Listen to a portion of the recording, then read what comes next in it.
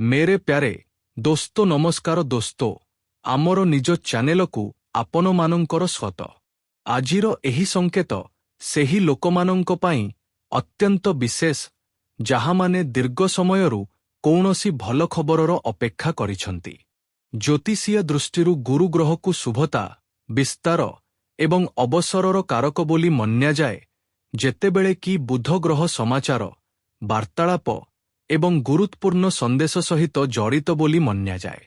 सेथिपाई आगामी समयरे कौनसी phone call message किंबा वार्तालाप जरियारे एभली खबर मिलिपारे जहा आपणंक मुहरे हस आनिदेव।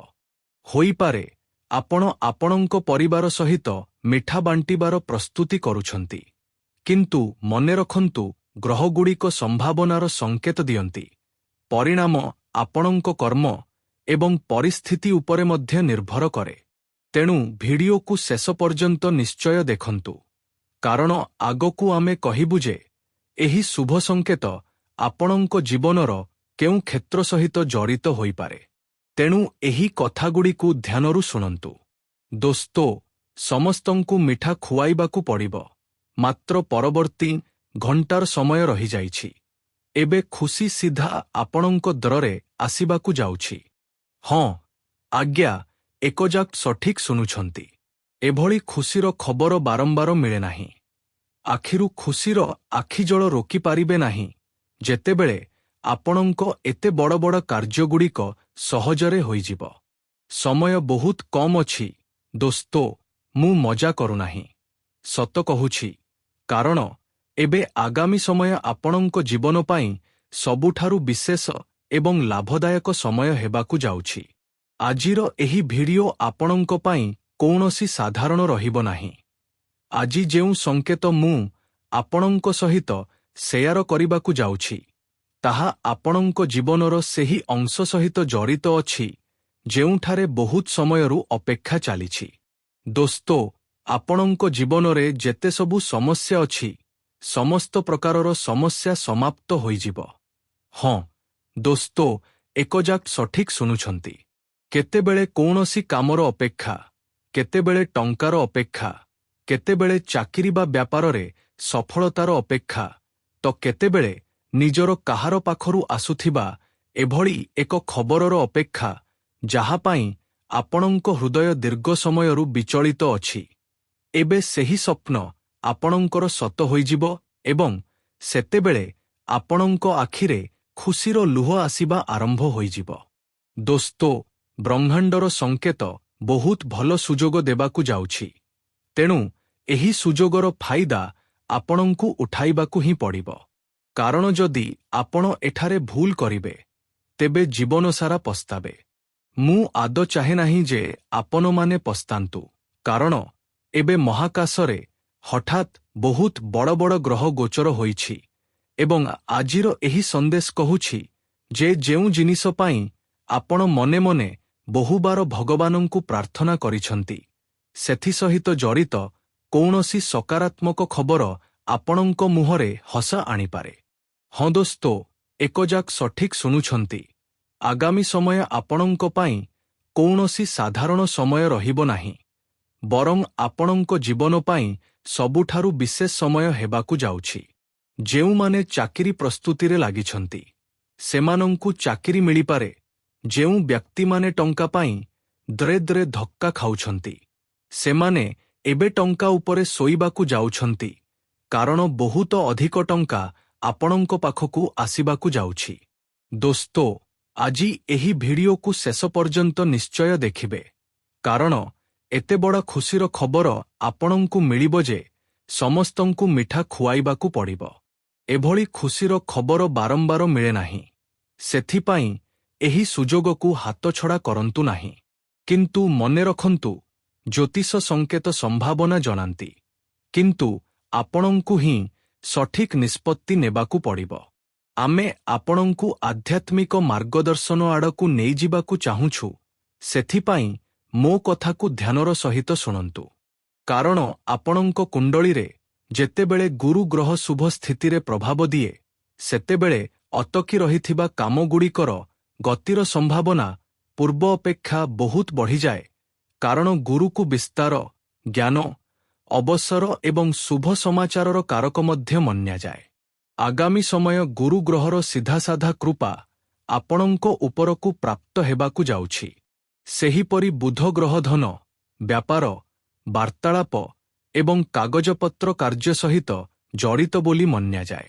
ତେଣୁ ଯଦି ଗତ ଦିନଗୁଡ଼ିକରେ କୌଣସି ଫୋନ୍ କଲ୍, ମେସେଜ, ଦସ୍ତାବେଜ, ଇଣ୍ଟରଭ୍ୟୁ, ପେମେଣ୍ଟ କିମ୍ବା ବ୍ୟାପାରିକ ନିଷ୍ପତ୍ତିକୁ ନେଇ ଆପଣ ଚିନ୍ତିତ ଥିଲେ, ତେବେ ଆଗାମୀ ସମୟ ଆପଣଙ୍କୁ ବହୁତ ଅଧିକ ଆଶ୍ୱସ୍ତିର ସଂକେତ ଦେଇପାରେ। ଦୋସ୍ତୋ, ଆପଣଙ୍କ ଜୀବନ ପାଇଁ ସବୁଠାରୁ ଲାଭଦାୟକ ସମୟ ଏବେ ଯାଇ ଆରମ୍ଭ ହୋଇଛି। ଅଗଷ୍ଟ 2026 ପରଠାରୁ ଏଠାରୁ ଆପଣଙ୍କୁ କୌଣସି ଭୁଲ କରିବା ଉଚିତ ନାହିଁ। ବରଂ ଜୀବନକୁ ଗମ୍ଭୀରତାର ସହିତ ନିଅନ୍ତୁ, କାରଣ ଏବେ ଦେବଦେବୀଙ୍କର ସିଧାସାଧା ଆଶୀର୍ବାଦ ଆପଣଙ୍କୁ ପ୍ରାପ୍ତ ହେବାକୁ ଯାଉଛି। ତେଣୁ ସବୁଠାରୁ ଗୁରୁତ୍ୱପୂର୍ଣ୍ଣ କଥାଟି ଏକଦମ ଧ୍ୟାନର ସହିତ ଶୁଣନ୍ତୁ। ଶୁକ୍ରକୁ ସୁଖ ସୁବିଧା, ପ୍ରେମ ଏବଂ ସମ୍ପର୍କ ଏବଂ ଭତ୍କ ଖୁସି ସହିତ ଜଡ଼ିତ ବୋଲି ମନ୍ୟାଯାଏ। ଦୋସ୍ତୋ, ଯେତେବେଳେ ଶୁକ୍ରର ପ୍ରଭାବ ମଜଭୁତ ହୁଏ, ସେତେବେଳେ ବ୍ୟକ୍ତିର ଜୀବନରେ ଛୋଟ ଛୋଟ ଖୁସିଗୁଡ଼ିକ ମଧ୍ୟ ବଡ଼ ଅନୁଭବ ହେବାକୁ ଲାଗେ। ଏବଂ ଏବେ ଆପଣଙ୍କ ଜୀବନର ସମସ୍ତ ପ୍ରକାରର କାର୍ଯ୍ୟ ଯଦି ନବେ, ତେବେ ମୋତେ କହିବେ। ଆମ ଜୀବନରେ ସର୍ବଦା ସମସ୍ତ ପ୍ରକାରର ପରିବର୍ତ୍ତନ ଦେଖିବାକୁ ମିଳେ। କେତେବେଳେ ସୁଖ ମିଳେ ତ କେତେବେଳେ ଦୁଃଖ, କେତେବେଳେ ସମସ୍ୟା ତ କେତେବେଳେ ଖୁସି, ଏବଂ ଏହାକୁ ହିଁ ତ ଜୀବନ କୁହାଯାଏ।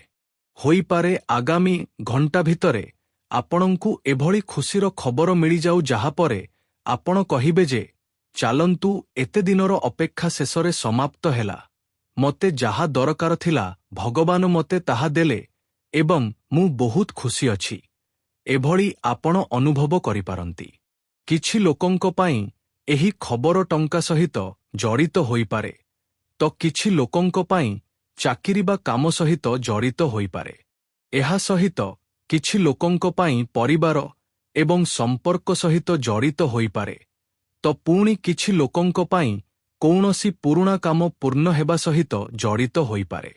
ଯାହା ବି ହେବ, ଏଥିରେ ଫାଇଦା ଆପଣଙ୍କୁ ହିଁ ଦେଖିବାକୁ ମିଳିବ। ଆପଣଙ୍କ ଭାଗ୍ୟ ବଦଳିବ ଏବଂ ଆପଣଙ୍କ ପାଖକୁ ଟଙ୍କା ମଧ୍ୟ ପ୍ରଚୁର ମାତ୍ରାରେ ଆସିବ। ଦୋସ୍ତୋ, ମୁଁ ମିଛ କହୁନାହିଁ।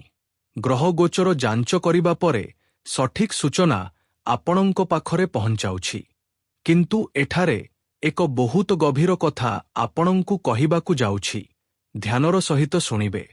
ଅନେକ ସମୟରେ ଭଗବାନ ଆମ ଇଚ୍ଛାକୁ ତୁରନ୍ତ ପୂର୍ଣ୍ଣ କରନ୍ତି ନାହିଁ, କାରଣ ସମୟ ସେତେବେଳେ ପ୍ରସ୍ତୁତ ନଥାଏ, କିମ୍ବା ଭଗବାନ ସର୍ବଦା ଯେକୌଣସି ଜିନିଷକୁ ପୂର୍ଣ୍ଣ କରିବା ପାଇଁ ଶୁଭ ସମୟର ନିର୍ମାଣ କରନ୍ତି। ତେଣୁ ଆପଣଙ୍କ ପାଇଁ ଶୁଭ ସମୟର ନିର୍ମାଣ ହୋଇନଥିବ। ସେଥିପାଇଁ ଆପଣଙ୍କ ଜୀବନରେ ଏଭଳି ଟେନସନ୍ ହେଉଛି। କିନ୍ତୁ ଅଧିକ ଦିନ ପର୍ଯ୍ୟନ୍ତ ଏହି ସମସ୍ୟା ତିଷ୍ଠିବ ନାହିଁ ଏବଂ ଆପଣ ଖୁସିରେ ନାଚିବା ଆରମ୍ଭ କରିଦେବେ। ହଁ ଦୋସ୍ତୋ, କିଛି ଲୋକ କହନ୍ତି ଯେ ଭଗବାନ ଆମ ପ୍ରାର୍ଥନା ଶୁଣନ୍ତି ନାହିଁ, କିନ୍ତୁ ଭଗବାନ ଏହା ହିଁ କହନ୍ତି ଯେ ଟିକେ ସବୁର ରଖ, ତୁମକୁ ସେସବୁ ମିଳିବ ଯାହା ପାଇଁ ତୁମେ ଏତେ ଅପେକ୍ଷା କରୁଛ। ହଁ ଦୋସ୍ତୋ, ଭଗବାନ କହନ୍ତି ଟିକେ ଆଉ ଅପେକ୍ଷା କର, ମୁଁ ତୋତେ ତୋ ଆଶାଠାରୁ ଭଲ ସମୟ ଦେବାକୁ ଯାଉଛି। ଯେତିକି ତୁ ଭାବୁଛୁ ତାଠାରୁ ଅଧିକ ତୋ ଜୀବନରେ ଖୁସି ଏବଂ ସୁଖ ଦେବାକୁ ଯାଉଛି। ଏଭଳି ଭଗବାନଙ୍କ ସଂକେତ ଅଛି। ଏବଂ ଏହା ହେଉଛି କାରଣ ଯେ, ଯଦି ଗତ କିଛି ସମୟରୁ ଆପଣଙ୍କ ଜୀବନରେ କ୍ରମାଗତ ବାଧା ଆସିଛି, ପରିସ୍ୟା ଆସିଛି, ଟେନସନରେ ଜୀବନ ବିତାଉଛନ୍ତି, ତେବେ ଆପଣଙ୍କୁ ନିରାଶ ହୋଇ ନିଜର ପ୍ରୟାସ ଛାଡ଼ିବାର କୌଣସି ଆବଶ୍ୟକତା ନାହିଁ। କାରଣ ଜ୍ୟୋତିଷରେ ଶନି ଗ୍ରହକୁ କାରଣ ଏବଂ ଧୈର୍ଯ୍ୟ ସହିତ ଯୋଡ଼ାଯାଏ। ଦୋସ୍ତୋ, ମୁଁ ମାନୁଛି ଯେ ଶନିଦେବ କଷ୍ଟ ଦିଅନ୍ତି, କିନ୍ତୁ ଜ୍ୟୋତିଷ ମାନ୍ୟତା ଅନୁଯାୟୀ ପରିଶ୍ରମ ଓ କର୍ମର ପରିଣାମକୁ ମଜଭୁତ କରୁଥିବା ଗ୍ରହ ମଧ୍ୟ ତାଙ୍କୁ ମନ୍ୟାଯାଏ। ଦୋସ୍ତୋ, ମହାକାଶରେ ହଠାତ୍ ଏତେ ବଡ଼ ଗ୍ରହ ଗୋଚର ହୋଇଛି ଯାହାକୁ ଆପଣ କେବେ ବି ଭୁଲି ପାରିବେ ନାହିଁ। ସେଥିପାଇଁ ଯଦି ଆପଣ ପରିଶ୍ରମ କରୁଛନ୍ତି, ଇମାନଦାରୀରେ କାମ କରୁଛନ୍ତି, ତଥାପି ଯଦି ଏପର୍ଯ୍ୟନ୍ତ ଆପଣଙ୍କୁ ପରିଣାମ ମିଳିନାହିଁ, ତେବେ ଏବେ ଆପଣଙ୍କୁ ଖୁସି ପାଳନ କରିବା ପାଇଁ ପ୍ରସ୍ତୁତ ହୋଇଯିବା ଉଚିତ। ସମସ୍ତଙ୍କ ପାଟି ମିଠା କରିବାକୁ ପଡ଼ିବ, କାରଣ ଏବେ ଭଗବାନଙ୍କ ସନ୍ଦେଶ ଆସିଯାଇଛି ଯେ ଆପଣଙ୍କ ପରିଶ୍ରମର ଫଳ ମିଳିବାର ସମୟ ଆସିଯାଇଛି। ଟଙ୍କାର ବର୍ଷା ହେବ ଏବଂ ଜୀବନ ହୀରା ମୋତି ଭଳି ହୋଇଯିବ। ହଁ ଦୋସ୍ତ, ଏବେ ଆପଣ ସମ୍ପୂର୍ଣ୍ଣ ରାଜା ଭଳି ଜୀବନ ଜୀବେ। ଏଭଳି ମୁଁ ନୁହେଁ ବରଂ ସମସ୍ତ ଦେବଦେବୀଙ୍କ ସଂକେତ କହୁଛି। ସେଥିପାଇଁ ଅଟକନ୍ତୁ ନାହିଁ, ଆପଣଙ୍କ ଜୀବନରେ କାମ କରୁଥାନ୍ତୁ। ହୋଇପାରେ ଯେଉଁ ଦ୍ରକୁ ଆପଣ ବନ୍ଦ ବୋଲି ବୁଝୁଛନ୍ତି, ସେହି ପଛରେ ହିଁ ଆପଣଙ୍କ ପାଇଁ ନୂଆ ରାସ୍ତା ପ୍ରସ୍ତୁତ ହେଉଥାଏ। ହଁ ଦୋସ୍ତ, ଏବଂ ଏବେ କଥା ହେବା ସେହି ସଂକେତର ଯାହାକୁ ନଜରଅନ୍ଦାଜ କରିବା ଉଚିତ ନାହିଁ, କାରଣ ସମୟ ବହୁତ କମ୍ ଅଛି। ଯଦି ଆଗାମୀ ଦିନଗୁଡ଼ିକରେ ହଠାତ୍ କୌଣସି ପୁରୁଣା ବ୍ୟକ୍ତିର ଫୋନ୍ ଆସିଯାଏ, କୌଣସି ଅଟକି ରହିଥିବା ଟଙ୍କା ମିଳିବାର କଥା ହୁଏ, କୌଣସି କାମ ପାଇଁ ପୁଣି ଥରେ ସମ୍ପର୍କ କରାଯାଏ, କିମ୍ବା ଘରେ ଦୀର୍ଘ ସମୟରୁ ସ୍ୱାସ୍ଥ୍ୟର କୌଣସି କଥା ଉପରେ ହଠାତ୍ ଚର୍ଚ୍ଚା ଆରମ୍ଭ ହୋଇଯାଏ, ତେବେ ତାହାକୁ ତୁରନ୍ତ ଛୋଟ କଥା ବୋଲି ଭାବି ନଜରଅନ୍ଦାଜ କରନ୍ତୁ ନାହିଁ। କାରଣ ଅନେକ ସମୟରେ ବଡ଼ ଖୁସିର ଖବରର ଶୁଭାରମ୍ଭ ଏକ ଛୋଟ ସୂଚନାଠାରୁ ହୁଏ, ଏକ ଛୋଟ ଘଟଣାରୁ ହୁଏ, ଯାହାକୁ ଆମେ ମଣିଷମାନେ ସାଧାରଣ ବୁଝୁ। ସେତେବେଳେ ଆମ ଜୀବନରେ ଅସାଧାରଣ ହୋଇ ବାହାରିଥାଏ। ହଁ ଦୋସ୍ତ, ଏବଂ ହଁ, ଯଦି ଆପଣଙ୍କ ଘରେ କୌଣସି ଶୁଭ ସମାଚାର ଆସେ, ତେବେ ସର୍ବପ୍ରଥମେ ଭଗବାନଙ୍କୁ ଧନ୍ୟବାଦ ଦିଅନ୍ତୁ, କାରଣ ଟଙ୍କା, ସଫଳତା ଏବଂ ଖୁସି ଯେତିକି ଜରୁରୀ, ସେଥିଠାରୁ ଅଧିକ ଜରୁରୀ ମନର ସନ୍ତୋଷ ଅଛି। ଆପଣଙ୍କୁ ସର୍ବଦା ନିଜ ମନରେ ସନ୍ତୋଷର ଭାବନା ରଖିବା ଉଚିତ, କାରଣ ଏବଂ ଆପଣଙ୍କୁ ମାତା ମହାଲକ୍ଷ୍ମୀଜୀଙ୍କ କୃପା ପ୍ରାପ୍ତ ହେବ। ଏବଂ ଏଭଳି ମଧ୍ୟ ସଂକେତ ଅଛି ଯେ ଘଣ୍ଟା ଭିତରେ ମାତା ମହାଲକ୍ଷ୍ମୀଜୀଙ୍କ ଚରଣ ଆପଣଙ୍କ ଘରେ ପଡ଼ିବାକୁ ଯାଉଛି। ଯଦି ବାଏ ଚାନ୍ସ ଦେବୀ ମା ଲକ୍ଷ୍ମୀ ଆପଣଙ୍କ ଘରକୁ ଆସିଯାଆନ୍ତି, ତେବେ ବୁଝିଯାଆନ୍ତୁ ଆପଣଙ୍କ ଜୀବନରେ ଯେତେ କର୍ଜ ଅଛି, ସମସ୍ୟା ଅଛି, ଟଙ୍କାର ଅସୁବିଧା ଅଛି, ସମସ୍ତ ପ୍ରକାରର ସମସ୍ୟା ସମାପ୍ତ ହୋଇଯିବ ଏବଂ ଆପଣଙ୍କ ଜୀବନ ପୁଣି ଥରେ ଖୁସିମୟ ହୋଇଯିବ। ଦୋସ୍ତ, ଏକ ଛୋଟ ଉପାୟ ମଧ୍ୟ ଆପଣଙ୍କୁ କରିବା ଉଚିତ। ଗୁରୁବାର ଦିନ ଭଗବାନ ଶ୍ରୀବିଷ୍ଣୁଙ୍କ ସହିତ ମାତା ମହାଲକ୍ଷ୍ମୀଜୀଙ୍କ ସମ୍ମୁଖରେ ଦୀପ ଜଳାଇ ନିଜର ମନୋକାମନାକୁ ଶାନ୍ତ ମନରେ କହିବା ଉଚିତ, ଅର୍ଥାତ୍ ଭଗବାନଙ୍କ ସମ୍ମୁଖରେ ଜାହିର କରିବା ଉଚିତ ଏବଂ ଆପଣଙ୍କୁ କହିବା ଉଚିତ ଯେ ହେ ପ୍ରଭୁ, ମୋ ଜୀବନରେ ଯାହା ମୋ ପାଇଁ ଶୁଭ ଅଛି, ତାହା ପ୍ରଦାନ କରନ୍ତୁ ଏବଂ ମୋତେ ସଠିକ୍ ନିଷ୍ପତ୍ତି ନେବାର ବୁଦ୍ଧି ଦିଅନ୍ତୁ। ଭଗବାନ, ଏଭଳି ଆପଣଙ୍କୁ ବିନତି। ଲୋକମାନଙ୍କ ପରାମର୍ଶ ମନର ଉଲଝନ କମ କରିପାରେ। ଟଙ୍କା ସହିତ ଜଡ଼ିତ କୌଣସି ପୁରୁଣା ଭୁଲ ନିବେଶ ବା ନେଣଦେଣରୁ ଶିକ୍ଷା ନେବାର ସମୟ ଅଟେ। କୌଣସି ପାରିବାରିକ କାର୍ଯ୍ୟକ୍ରମରେ ମନ ସମ୍ପୂର୍ଣ୍ଣ ରୂପେ ନ ଲାଗିଲେ ସମ୍ପର୍କରେ ଟିକେ ଭାବନାତ୍ମକ ଦୂରତା ଅନୁଭବ ହୋଇପାରେ। ଏହି ସମୟ ଆପଣଙ୍କୁ ଏହା ବୁଝିବାରେ ସାହାଯ୍ୟ କରିବ ଯେ କେଉଁ ଜିନିଷଗୁଡ଼ିକୁ ଛାଡ଼ି ଆଗକୁ ବଢ଼ିବା ଜରୁରୀ ଅଟେ। ପୁରୁଣା ଅନୁଭବରୁ ଶିକ୍ଷା ନେଇ ପରବର୍ତ୍ତୀ ନିଷ୍ପତ୍ତି ଅଧିକ ବୁଦ୍ଧିମତ୍ତାର ସହିତ ନିଅନ୍ତୁ। ଏବଂ ହଁ, ଅଫିସରେ ପୁରୁଣା ପ୍ରୋଜେକ୍ଟ ବା ଭୂମିକାକୁ ଛାଡ଼ି ନୂଆ ଦିଗ ଖୋଜିବାର ମନ ହୋଇପାରେ। ସହକର୍ମୀମାନଙ୍କ ସହିତ ଯୋଡ଼ାଓ କିଛି କମ୍ ଅନୁଭବ ହେବ। ଚାକିରି ବଦଳାଇବା କିମ୍ବା କ୍ୟାରିୟରର ଦିଗ ବଦଳାଇବାର ସଂକେତ ଅଛି। ବିଦେଶ ସହିତ ଜଡ଼ିତ ସୁଯୋଗ ବା ସ୍ଥାନ ପରିବର୍ତ୍ତନର ସମ୍ଭାବନା ମଧ୍ୟ ବନିପାରେ। ବଦଳାଇବାର ନିଷ୍ପତ୍ତି କେବଳ ମହଜୁଦ ପରିସ୍ୟା କାରଣରୁ ନିଅନ୍ତୁ ନାହିଁ, ବରଂ ନୂଆ ଭୂମିକା, ବେତନ, ସ୍ଥାନ ଏବଂ ଆଗର ସମ୍ଭାବନାଗୁଡ଼ିକୁ ଦେଖି ନିଷ୍ପତ୍ତି ନିଅନ୍ତୁ। ତଥା ପ୍ରେମ ସମ୍ପର୍କରୁ କିଛି ସମୟ ଦୂରତା ବଜାୟ ରଖିବା ବା ବ୍ରେକ୍ ନେବାର ସ୍ଥିତି ହୋଇପାରେ। ଅବିବାହିତ ଲୋକମାନେ ପୁରୁଣା ଆକର୍ଷଣରୁ ବାହାରି ନୂଆ ସମ୍ପର୍କ ପାଇଁ ନିଜକୁ ପ୍ରସ୍ତୁତ କରିବେ। ପତିପତ୍ନୀଙ୍କ ଭିତରେ ବାର୍ତ୍ତାଳାପ କମ୍ ହେବା କାରଣରୁ ମନୋମାଳିନ୍ୟ ବଢ଼ିପାରେ। ସମୟ ବାହାରି ଖୋଲାଖୋଲି କଥା ହେବା ଜରୁରୀ ହେବ। ଦୂରତା ବଜାୟ ରଖିବା ପୂର୍ବରୁ ଏହା ବୁଝନ୍ତୁ ଯେ ସମସ୍ୟା ବାର୍ତ୍ତାଳାପ ଦ୍ୱାରା ସମାଧାନ ହୋଇପାରିବ କି ନାହିଁ ଏବଂ ସମ୍ଭାଳି କାର୍ଯ୍ୟ କରିବାକୁ ପଡ଼ିବ। ପରିବାରର ସାଥ ଛାଡ଼ିପାରେ, ଅନାବଶ୍ୟକ ତନାବ ରହିବ, ଭବିଷ୍ୟତକୁ ନେଇ ଆଶଙ୍କା ରହିବ। ଦୁପର ବେଳେ ଆୟ ହେବ ଏବଂ ପ୍ରୟାସରୁ ସଫଳ ହେବେ। ଲୁଆ କାମ ମଧ୍ୟ ମିଳିପାରେ, ନୂଆ କାର୍ଯ୍ୟ ମିଳିପାରେ। ସନ୍ଧ୍ୟାରେ ଚିନ୍ତା ବନି ରହିବ ଏବଂ ବିରୋଧୀମାନେ ମଧ୍ୟ ହଇରାଣ କରିବେ। ସାଥିରେ ଦୋସ୍ତ, ଆଜି ପରିସ୍ଥିତି ଆପଣଙ୍କ ପାଇଁ ଭଲ ରହିବ। ଦୀର୍ଘ ସମୟରୁ ଅଟକି ରହିଥିବା କାମଗୁଡ଼ିକ ଉପରେ ଅଧିକ ସମୟ ଦିଅନ୍ତୁ, କାରଣ ସେଗୁଡ଼ିକ ପୂର୍ଣ୍ଣ ହେବାର ସମ୍ଭାବନା ଅଛି।